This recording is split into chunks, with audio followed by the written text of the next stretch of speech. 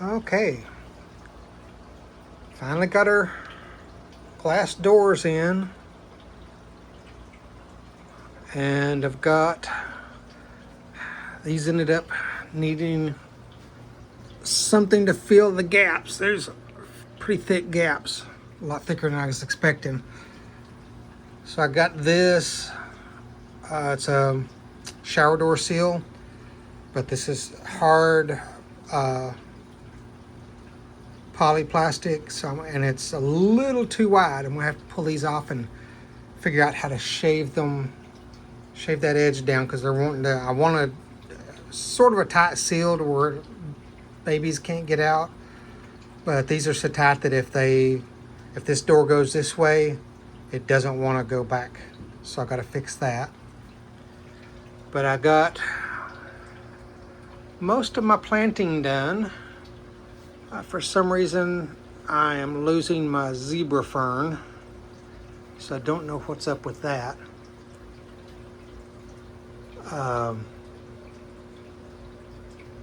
pulled almost all the plants that I'd planned on using out of my bins, so I think my planting is fairly well done. And I've decided I'm going to try. I've got to redo this one, but I'm going to put. I'm going to turn these sort of like into horizontal moss poles. So I've got some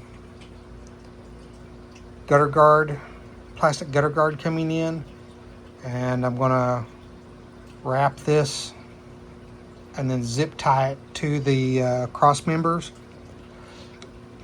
And then I'll put a thin layer, or I'll glue whatever plants I use. These are Anubias that really need some nutrients in them.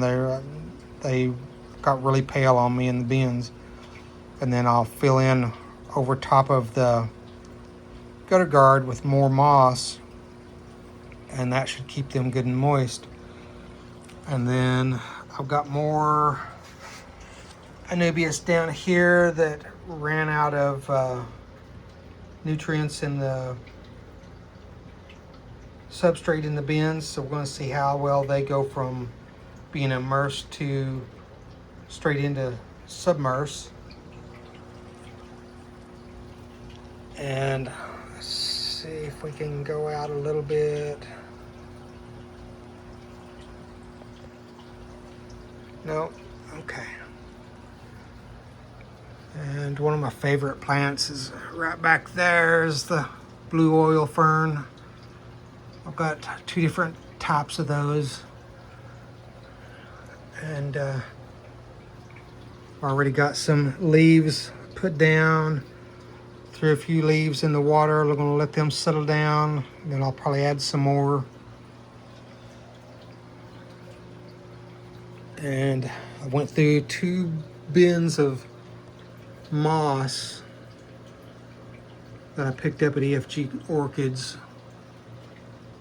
and then I'm going to pull some more live sphagnum moss out of my other display and try to get that started everywhere.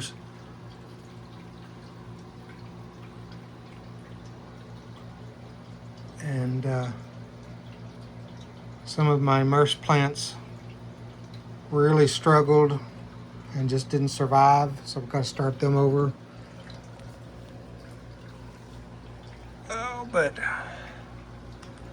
And this is a fireball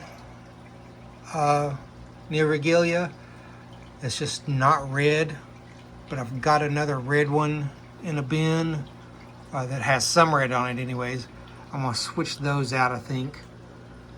And then today I pulled out a bunch of Margravia, and you can see it winds all the way up through there. This is all one piece, and then it goes all the way up here and over there. That's a good 4 foot. That's about 18 months worth of growth of just putting it in a bin of moss and forgetting about it. And I've got a few other things. I've got more Margravia back there, and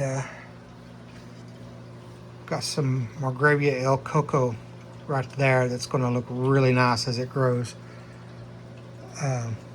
Ended up with a whole bunch of that, more than I expected, so I'm excited about that. But I've just got all kinds of different ferns are settling in. This one's starting to put out some new leaves, I see. And now we're just gonna wait and see and let it all settle in and see how everything's gonna go. I had to turn the power down on this pump because as this fine gravel clogged, it was wanting to start to raise the water level above the trim. So I turned the water level down because this side, I thought I had it turned down, it's actually just clogged with snail shells. So I turned it down because it never gave me any issues like this one does. But I've got an undergravel filter plates running under both sides, and I was really kind of don't want to have to replace that gravel because a little on the pricey side. So I've got my panels that I've got to put up here all the way across. I've just got to figure out how I want to do them so that I can pull them off fairly easily without disturbing my glass panels. And everything is shouldn't have to get up there very often at all. And then I've got down here, I've got to build a panel for there. That's my sump for RO water that is auto-filled, and it runs the mist and rain system for all this. And then it goes, the planted section back behind the 125s have their own auto drains which go out and water all my plants. And so each of these I'm going to put rolling trays under here with a solid door, and I'm debating on whether or not I want to maybe invest a little bit more money into the universal rocks to kind of cover all that, and maybe make some rock edges on each side. I don't know. Haven't decided on that just yet. But there we go. Now I've just got to start moving fish over. I think I'm going to pull these Moselle tetras and move them in there. I've got green laser cories that will go on one side or the other. Then I think I'm going to get some, I've got the rest of these green neons that will go in this tank with these. And I think I'm going to end up getting me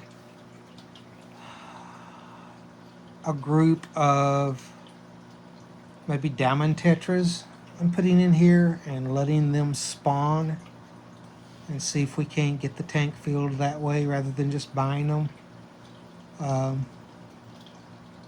had just a few.